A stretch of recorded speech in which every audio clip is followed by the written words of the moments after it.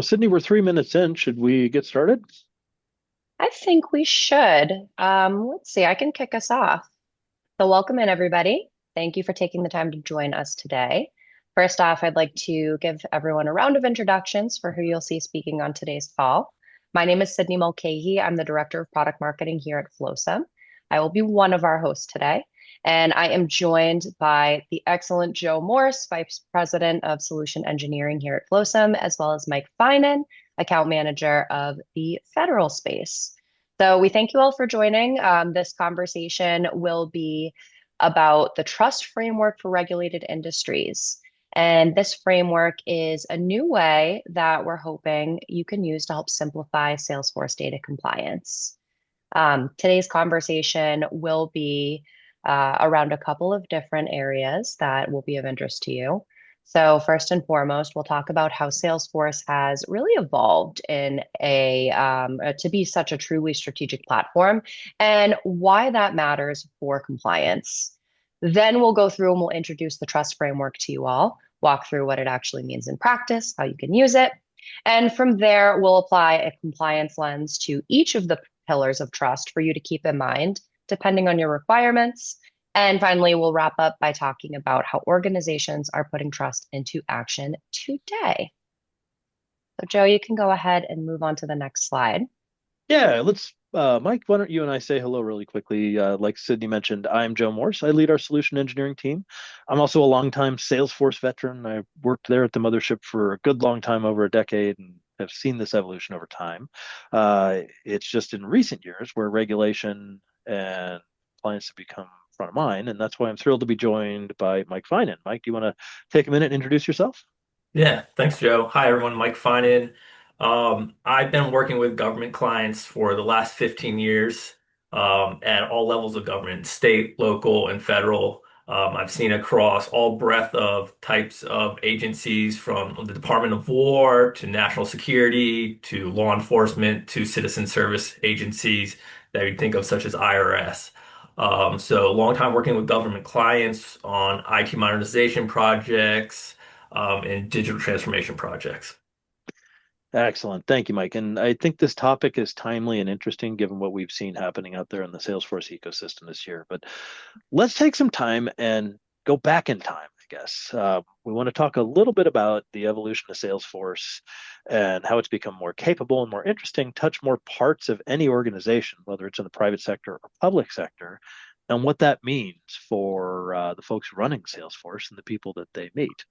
So I was lucky. I joined Salesforce way back in 2009. And back in those days, it was pretty simple. We were selling it departmentally to facilitate enterprise sales, to facilitate enterprise customer service. You could customize it mostly to those ends, and there was a collaboration layer in it there. So it was only touching certain departments in a business. It was important and revenue impacting in those days. But over time, Salesforce customers, SIs, and others in the ecosystem took that platform and did amazing things with it. They started building apps that touch parts of a business that most of Salesforce never even anticipated. So really, if you think about where we are today and the evolution of the time in between there, you now have a gigantic platform with lots of moving parts for it, lots of starting points for industry use cases. And that includes public sector and financial services and health and life sciences, manufacturing, and a million other capabilities.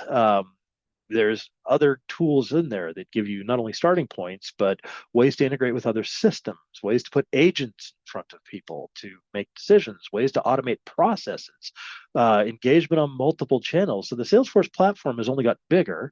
And as part of that, it really touches more parts of a business, whether it's a large business or a small business, a large Salesforce practice or a small Salesforce practice.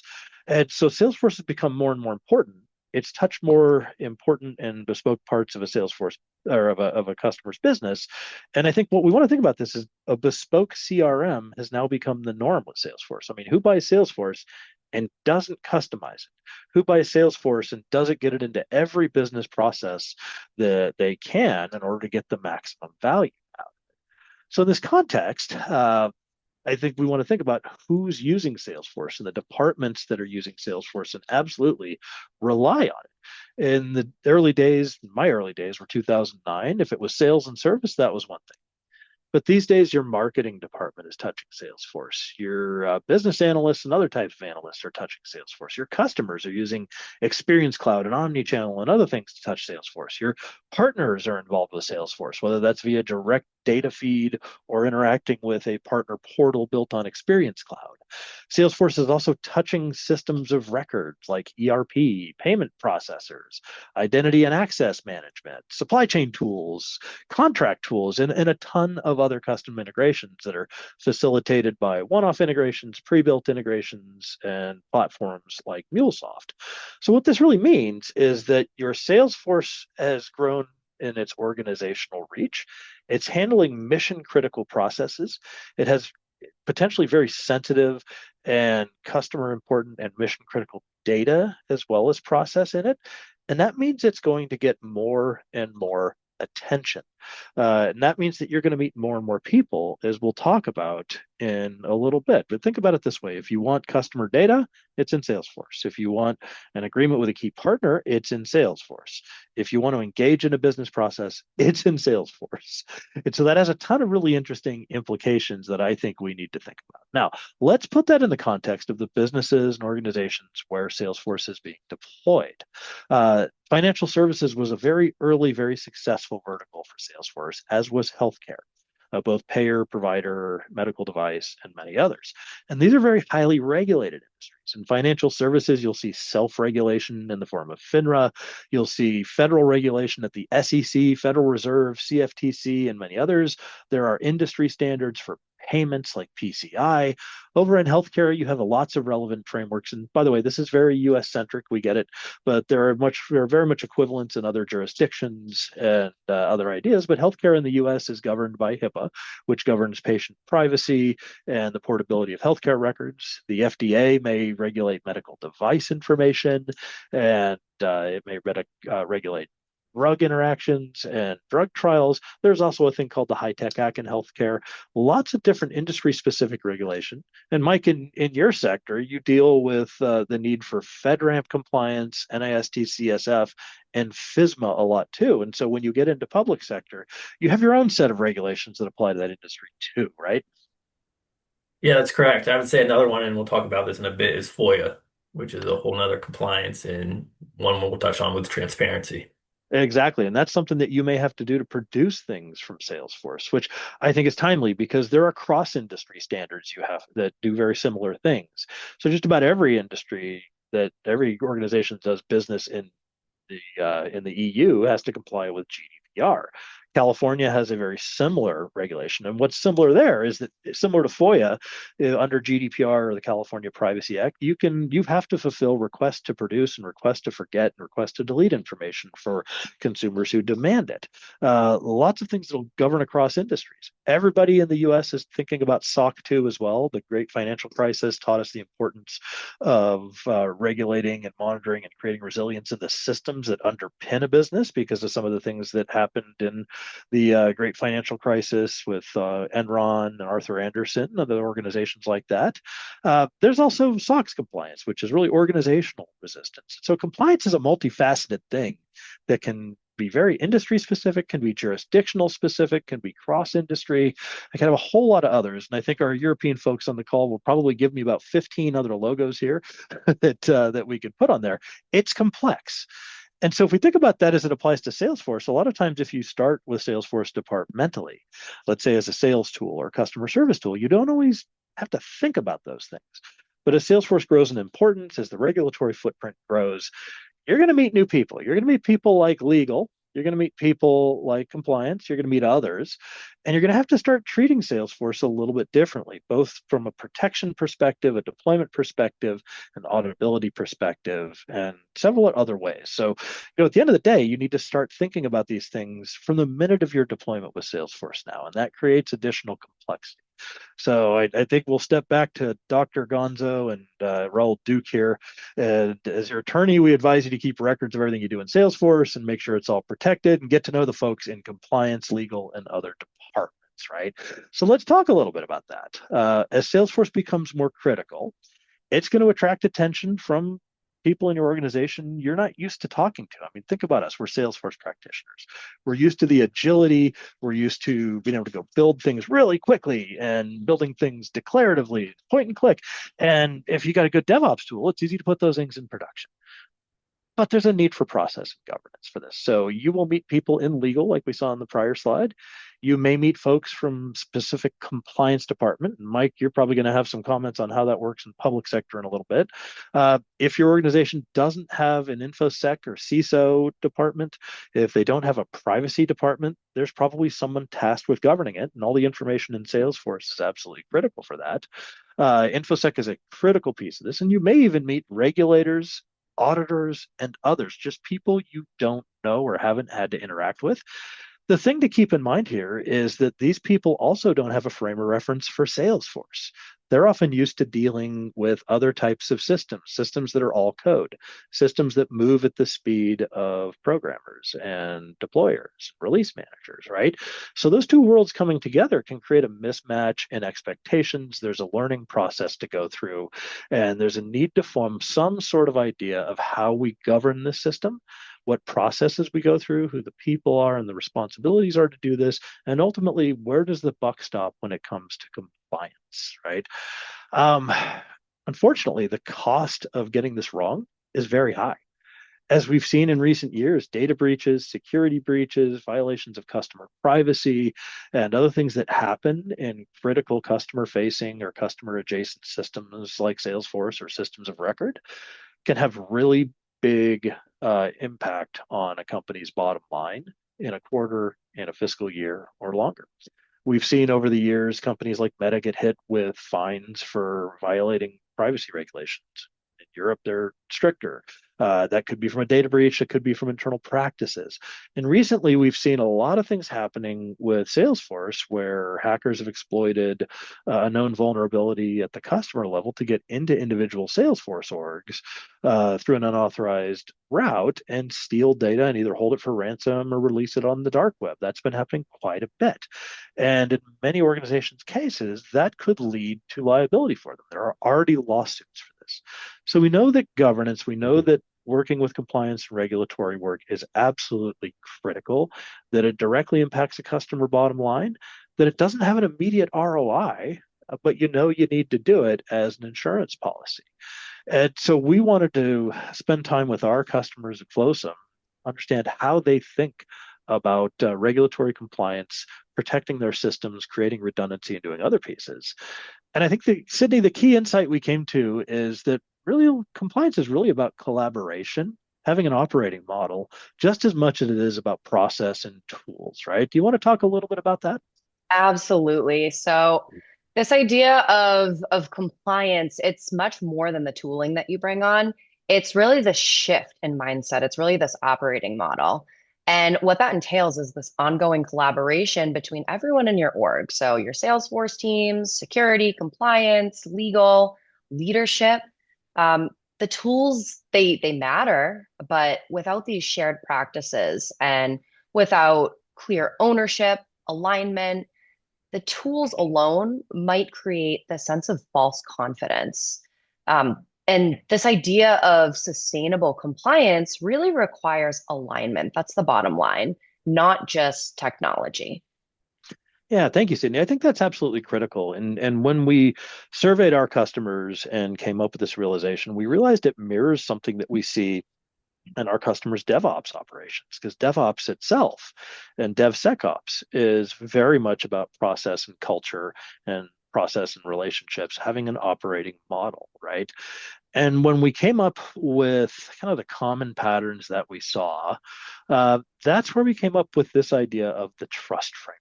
And Sydney, I'm going to leave it to you to kind of define the trust framework, and Mike, for you to make some commentary on that, and I'll chime in as we go. Amazing. Thanks, Joe. You can flip to the next slide and we'll talk about what regulated enterprises actually need. So this idea of trust comes from regulated organizations not needing another checklist, right? We're busy. There's lots of regulatory hurdles to overcome. And the last thing we need is something else on our plate. They don't need another point solution. We don't need another to do. What we need in the regulatory industry is a framework. And again, this goes back to the idea of alignment, a framework that is aligning people, process, and technology.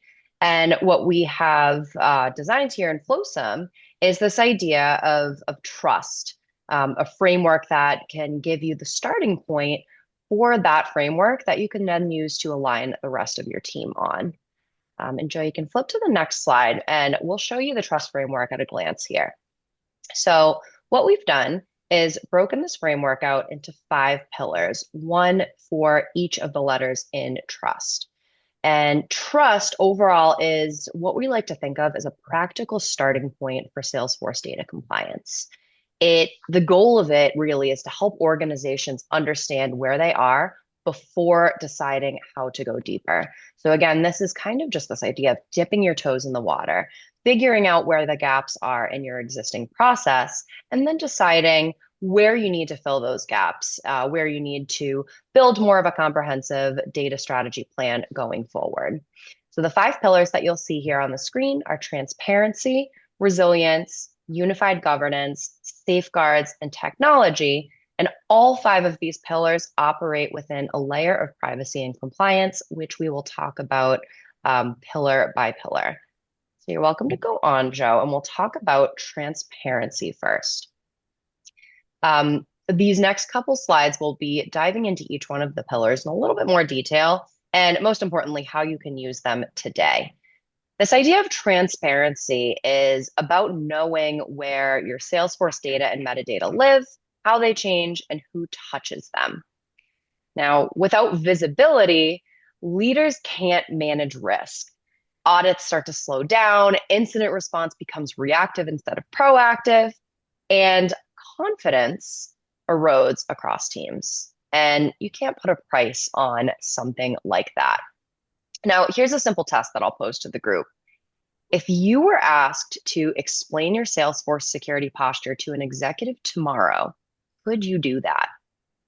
You'll see up on the screen, we have a couple of other quick check questions that you can ask yourself around this idea of transparency as it relates to your data compliance strategy. But I wanted to pass this off to Mike now because he can talk about transparency through a compliance lens. There are a very specific set of questions, of requirements that compliance will require for your organization.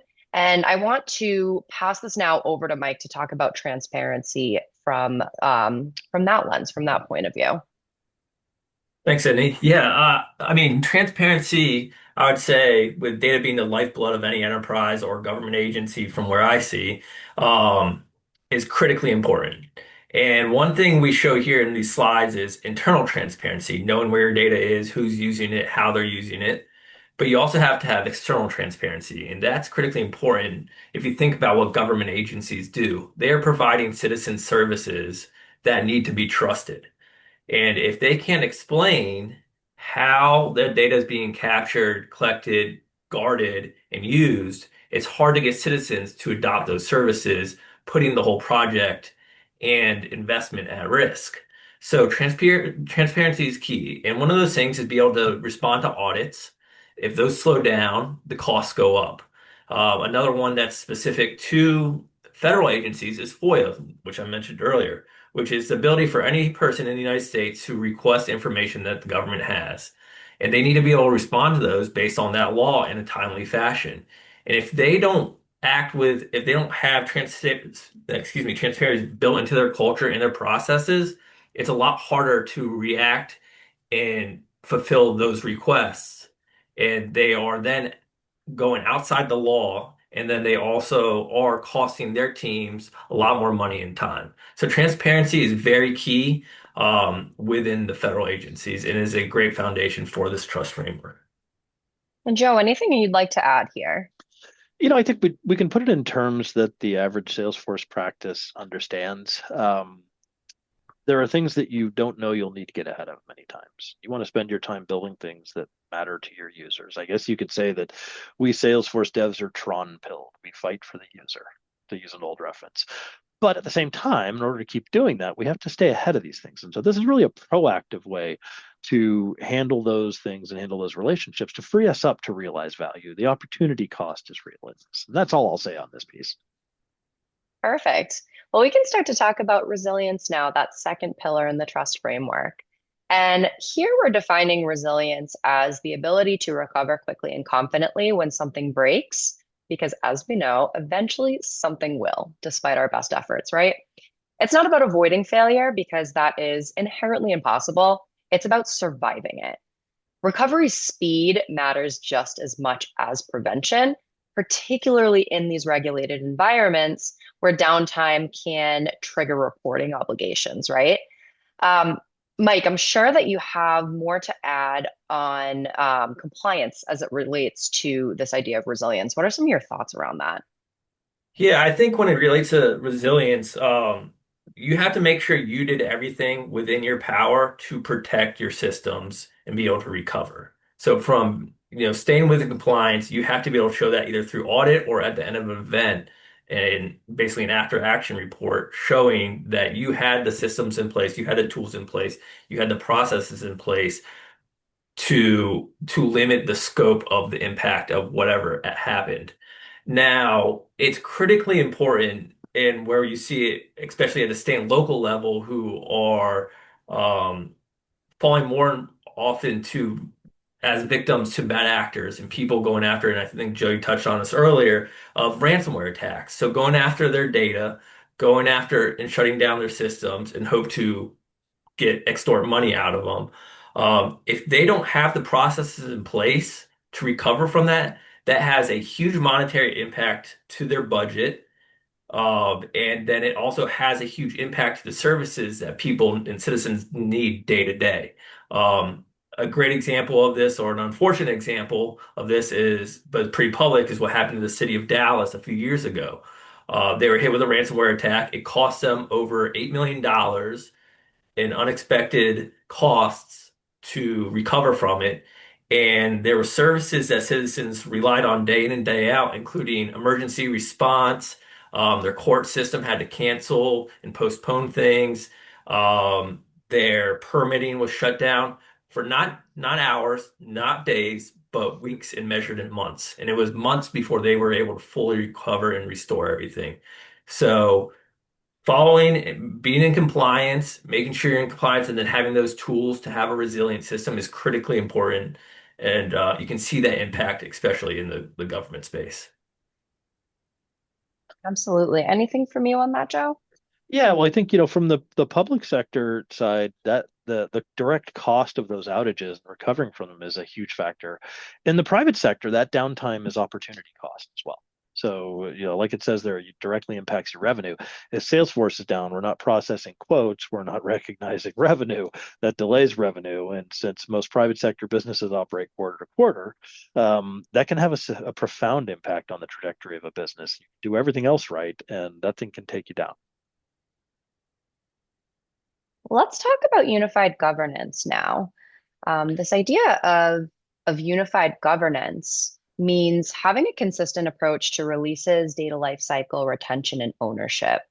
And when governance is fragmented, that's when the risk starts to increase and teams start to slow down. The bottom line here is that clear rules, when enforced consistently, actually help teams move faster, not slower. It's this idea of slowing down to go faster.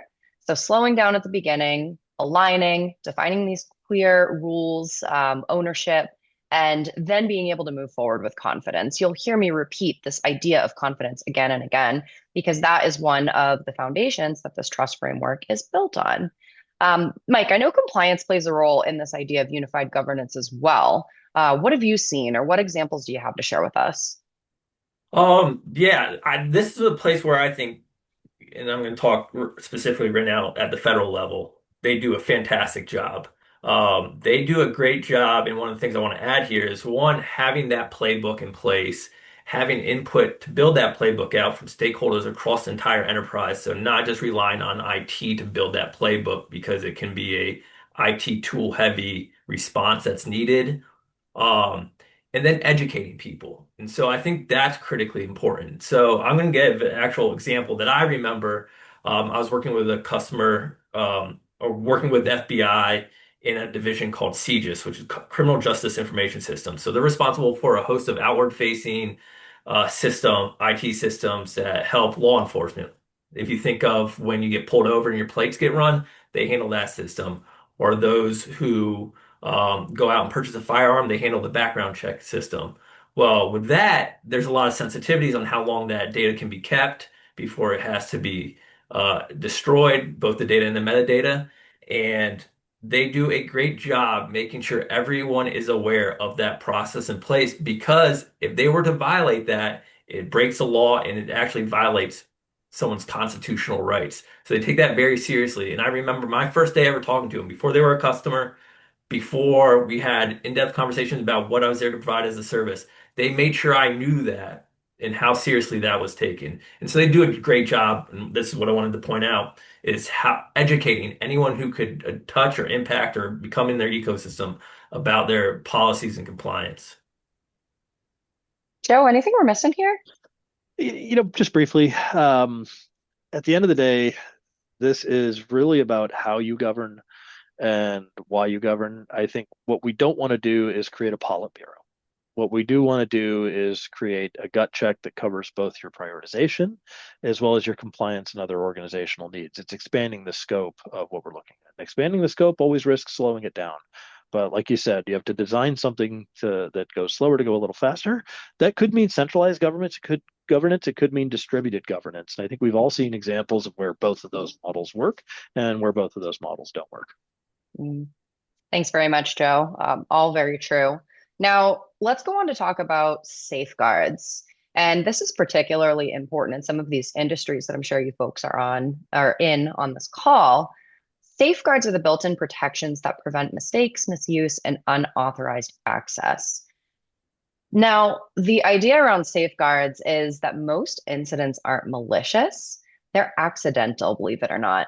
So we have all of these stories of hackers, of people having malicious intent, but the fact of the matter is most times we're not even knowing that we don't have the proper safeguards in place until something happens. Strong safeguards, when you put them in place, reduce that blast radius. They protect the organization when assumptions fail. And the very best security is the kind that users don't have to think about.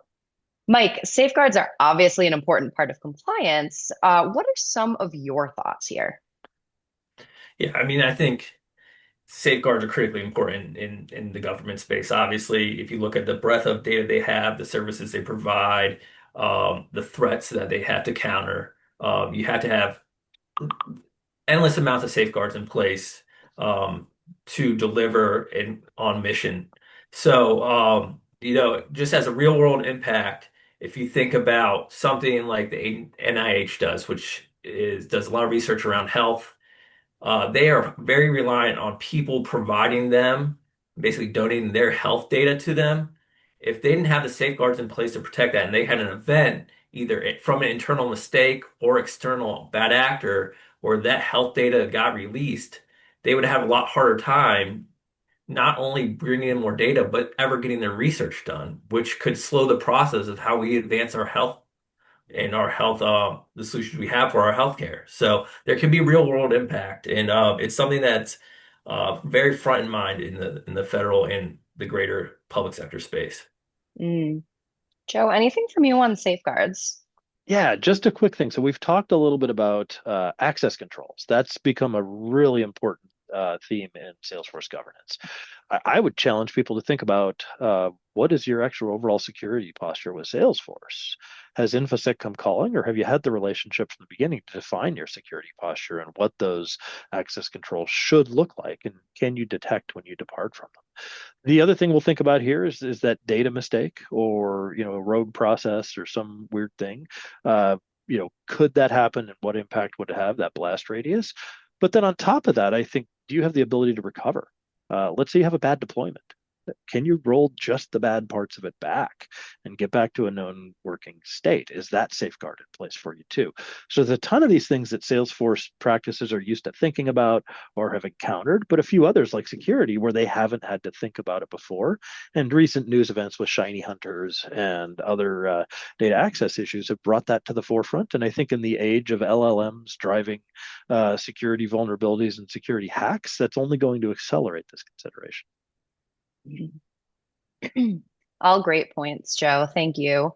Now, the final pillar here that we'll talk about today is technology, which is what I like to think about as the foundation that everything else rests on. Over time, the technology that you choose either compounds risk or reinforces resilience. Leaders are looking for that confidence that systems will hold up, not just during normal operations, but under pressure and under scrutiny. And that's where it really starts to matter. Um, the technology that you pick, of course, isn't the be all and the end all for the framework. It's really putting all of these other pillars into place and then layering on the technology that suits your goals and your particular business. But all of that together creates this idea of trust, a framework that you can really lean into as you scale and as you grow. Mike and Joe, anything that you'd like to add here around technology? So maybe we'll kick it over to Mike first and then Joe. Yeah, I mean, I think you hit the nail, Sydney. You hit the nail on the head, right? You don't want to compound risk by adopting tools. So, I mean, in the federal space, I think most at this point are familiar with FedRAMP. As cloud became more than just a talking point and really became a change agent, that became critically important to make sure that as they adopted modern IT tools that they were not compounding risk is just a great example. And then I think that's becoming more front and center with now how AI is getting deployed into systems, right? What safeguards do we have to have around that to avoid additional risk as we try to reap the benefits from what it can do and those like LLMs can do for us or agents can do for us. So Like, I'll compound that by thinking about the roles that AI and LLMs can play in a Salesforce deployment. Sometimes you're actually deploying an LLM on Salesforce in the form of agent force agents to speak to your constituents or clients or employees. Other times you're using AI to produce the assets that you're doing there. Vibe coding has become a real thing, and it's created a lot of governance concerns because you can't always vouch for the quality and sustainability and fit for purposeness, I guess if I could make a word up there, of what that code is going to do. If LLMs can't do software engineering, but they can write basic code. So it just compounds the input side of that problem as well. So many aspects to that. And ultimately, I love throwing tools at problems as much as anybody, but that's often just not enough. You have to use those tools in a particular way. And what strikes me here is that, sure, your technology choices can compound risk or resilience over time, they can also help it at the same time. It's a duality of man situation or duality of systems. It can yes and to your security issues and to your security improvement. Absolutely. It's that walking a fine tightrope, isn't it? Exactly. So ultimately, there's got to be constant attention paid to these systems and how they're used. Do you have enough safeguards? Are you putting laser focused safeguards in place for what you need? Mhm. I could talk a little bit about this protective layer that we have built around the trust framework, this protective layer of privacy and compliance. Now, we don't have these in here as separate pillars because they're the environment that everything operates within. Think of it as almost a bubble that encircles those five pillars. Every action across all five pillars of that trust framework is filtered through regulatory expectations and data protection requirements. So, basically, that's how organizations are staying audit ready by design and not just by luck. So, really, this protective layer is an essential piece of the puzzle. We can move on to the next slide and we'll talk a little bit about how to use trust. Now, very important, keep in mind here that trust is a starting point, not the finish line. It is a way to help teams assess their current posture, to identify gaps, as I mentioned earlier, and to align around that shared strategy within the org. Only then, once all of that has been met, does it make sense to talk about opera, operalize, my goodness. Operationalizing? Ah, la, Yeah. la, la. Yes, with the right tools and partners. Um, so our suggestion here is to use these five pillars of trust as a way to first of all gauge those gaps, to set some preliminary actions and goals in place, and then once you have those in place, to pivot to speaking to experts to really build out a comprehensive game plan. And moving on to the next slide, Joe, whenever you're ready, we can talk about this idea of moving from that framework to actually executing. Um, do you want to take that one, Joe? Yeah, fair enough. I think ultimately we started Flosum to focus on a few critical areas for Salesforce deployments that maybe Salesforce itself hasn't focused as much on, or that we saw a big need for out there among Salesforce customers. Data protection and resilience, essentially, and the ability to recover quickly to a known state. That was front of mind. Our company was started with the idea of speeding up and improving quality within your Salesforce deployments.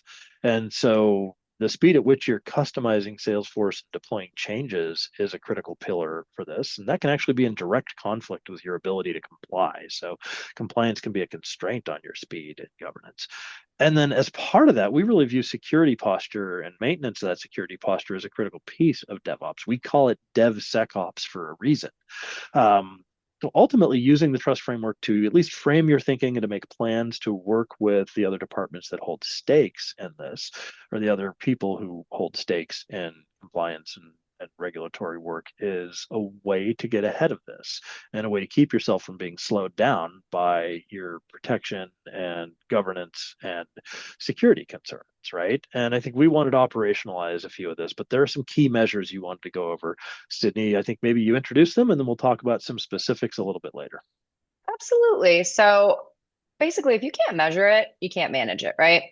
And healthy trust postures show up in some of the metrics that you see here on the screen. So deployment frequency and failure rates, mean time to recover, RTO and RPO performance, rework and rollback frequency, and security posture review cadence.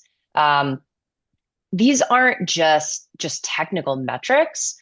What they really are indicators of organizational maturity.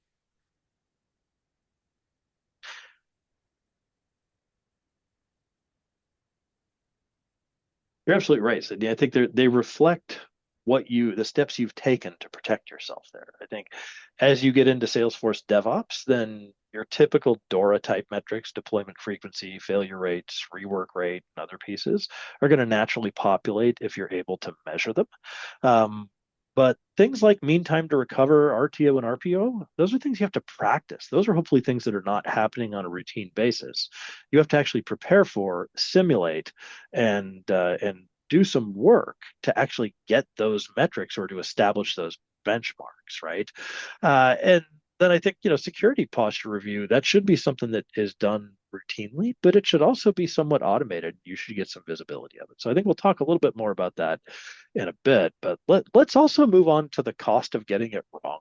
This is the part I Mm. love. We're managing risk, we're increasing productivity if we do this, but the stuff happens mentality is always my favorite part of thinking about this. So true. And trust matters because the business impact is real, right? We know that. You don't need to be at the highest executive level to know how very quantifiable this impact is across various areas of the business. Compliance failures, they cost money and more importantly, they cost credibility, which is so hard to put a dollar figure to. Downtime disrupts revenue, audit gaps stall deals. It it just goes way past financial impact. We all know that you can't really quantify a loss in brand reputation, and something like that can really be catastrophic. This idea of trust, of starting with a framework, helps you to turn compliance from a blocker into really an operational advantage, I'd say. Yeah, no, I love going back and thinking about where these things cost us money, Sydney. I think you highlighted these things well. Compliance failures directly cost you. just to recover from them or to make sure you have measurement in place. But that credibility harm is harder to quantify, but it's potentially much bigger. And then that goes right into that other idea of the downtime or the interruption in service. That is opportunity cost. And so, in addition to this brand reputational cost that's hard to measure, you have something else that's hard to measure. How much did we lose in revenue because I couldn't process that quote in time, or customer didn't renew because I didn't handle their support case, or we didn't adjudicate their permit application? And so now I'm costing constituents money, right? So these things are super important to get in place. Regulation imposes more burden, but those are important safeguards on it. So maybe we should talk about putting this into action, making a bit of a plan. I think we're going to keep this fairly high level because the right answer is different for different organizations, but just the act of thinking about it, putting a framework around it can get you started. So I wanted to put together a big matrix of things that we might think about during a Salesforce deployment, or if we're taking a look at our individual Salesforce practices within an organization. What are the things that we anticipate getting ahead of? So we talked about the trust framework itself. For me, there's a few critical pillars to this of getting started. Your team, and that's the larger team, and your cadence of working with those teams. The idea of building resilience, being able to recover from a problem or prevent that problem in the first place. And then as you're going through it, let's make sure you are compliant and secure by design. So I'm putting some provocative questions in here, or provocative steps that you could take. Is there a security charter that you've designed for your Salesforce org? Do you really have a V2 mom for security and compliance? That's almost worth either including in your Salesforce practice V2 mom, or your statement or charter, or doing one completely separately. Resilience is partially all about who wears the pager when it comes to team and cadence, but it's also about the practices. So do data loss drills. If we needed to roll back a change when we did something, how do we do that? How do we recover from a security incident? Is something that I didn't put on there either. When we think about unified governments, I mean, it really starts with figuring out who is who in the zoo. We know the Salesforce team is going to be involved. Does your CISO need to be involved?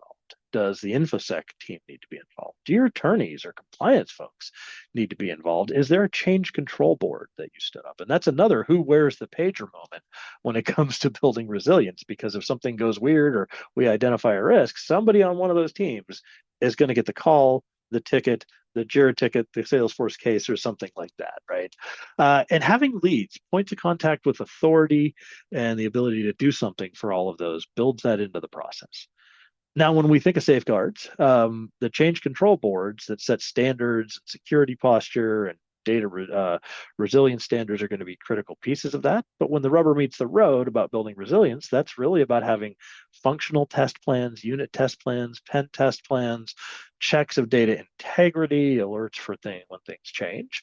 And ultimately, we should be a little more systemic about these things. And when we're doing releases, they should get an architecture review, preferably a human being. Or an InfoSec review as well. So putting people in front of changes can slow it down, but the more you do it, the more efficient you get with that. And there's lots of technology that enables this. With your teams, you want real-time communication channels and an official way to track issues and concerns. With resilience, I mean, that's squarely where Flosum tends to play, backing up Salesforce data, removing unneeded Salesforce data, doing DevSecOps. There are many tools out there that can accomplish regression testing, analysis of your code. I mean, there's way too many to list in that cell there. So I figured I'd start with a few there. And then ultimately, is your DevOps process compliant and secure by design? Is there a tool evaluating your Salesforce security posture that is specific to Salesforce and isn't just another logging, another log parsing and analysis tool? Really, can it intelligently analyze the way Salesforce is configured? So these are some concrete steps I think you can take. But to get there, maybe you need to ask yourself a few key questions. And I wanted to put this in 3 columns, and I want to welcome Mike and Sydney to comment on these. First things first, data protection. Are you backing up your Salesforce data? And that means more than just your weekly export. Do you really have the ability to recover that Salesforce data? So what recovery point can you achieve? If some rogue integration or user action killed data in Salesforce, how far back could you go? How granular could you get in restoring that data? Can you get, do you have to go a month back when the problem happened a day ago? That's really what a recovery point is. Do you have data sitting in Salesforce that really shouldn't be there, either from a PCI, personal information, or protected health information perspective, or stuff that's just sitting there that could create a risk for you, either through civil litigation or through outdated customer information? Do you have a way to remove that? And ultimately, have you practiced putting data back into Salesforce or recovering from a data corruption event or data loss event? Have you run that drill? Have you run the simulation? Do your people know how to do it? Do your people know steps to take? When it comes to Salesforce releases, I mean, measure your mean time to change. I mean, what is your mean time to change? Can you measure it today? If somebody puts in a ticket for something new and it goes through and people build it and put it out there and it gets security reviewed, how long does that take? If you make a deployment that doesn't work, well, how long does it take you to get that service back to where it was before you did the deployment? Do you have to roll the whole deployment back, or can you just roll the weird parts of it back? And how long does that take you? And related to that is how frequently are you deploying to Salesforce? Are you doing a bunch of small changes at once or one big change at a time? Neither of those is right or wrong, but they do have implications for how you recover from something with the Salesforce when a Salesforce release goes along. And lastly, and I think I should have put this first, can you prove to the auditors what you deployed to Salesforce when? Because that's potentially discoverable in civil litigation, regulatory situations, and others. And then finally, let's talk about the proactive piece of this, your security posture. Have you defined what you think is secure in Salesforce? We've all seen things with profiles, permission sets, connected apps, and other pieces. What's dangerous? What should it be? What's your ideal state? And as you do your DevOps, is that changing your posture related to that ideal state? Some of the ways you can measure that are vulnerabilities reported and fixed, but that's only capturing what you know about. And so expanding the footprint of what you know about by defining your security posture and monitoring is a critical piece of that.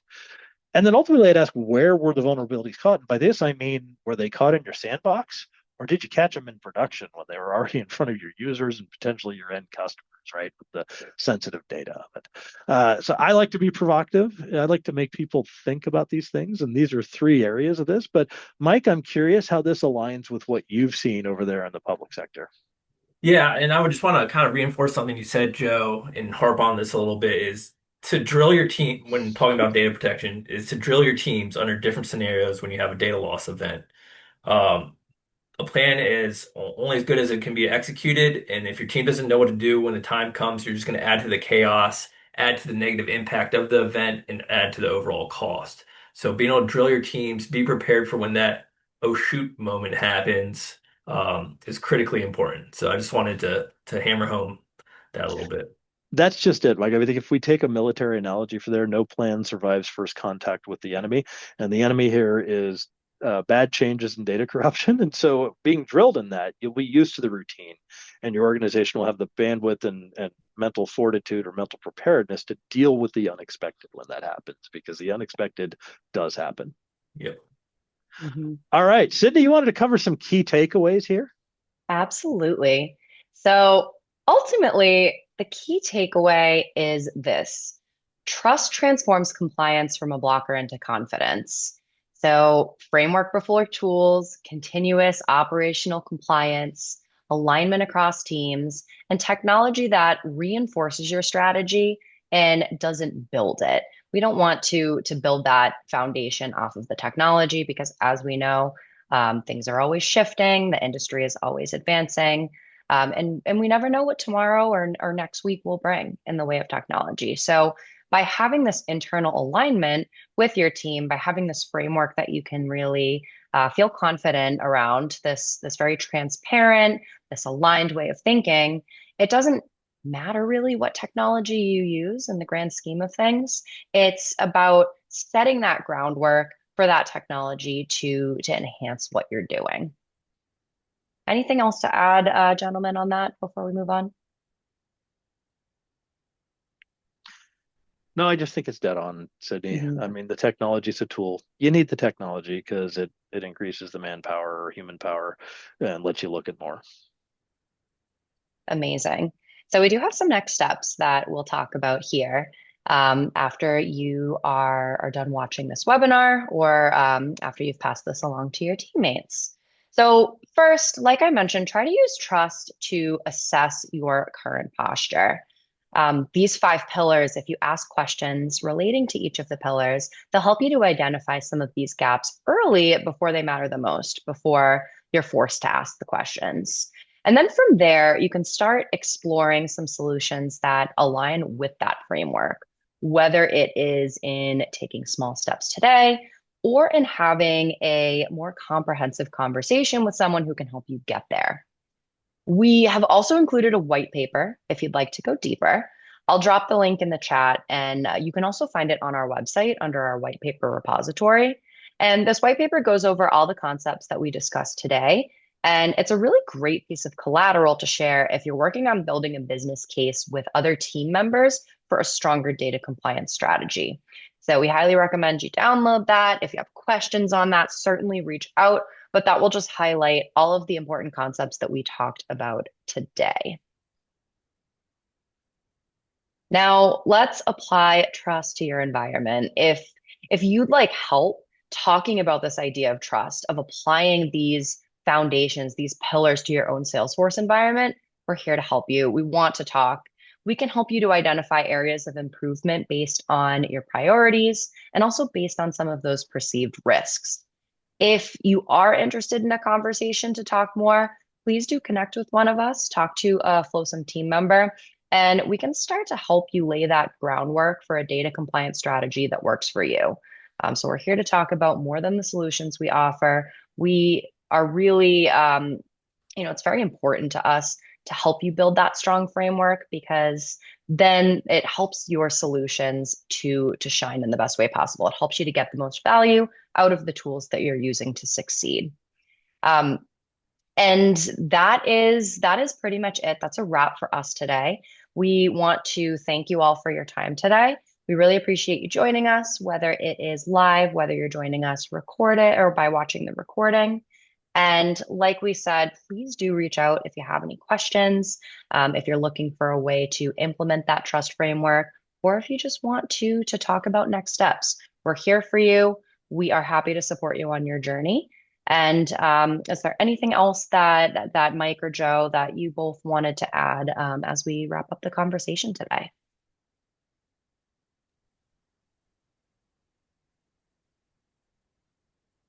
Okay.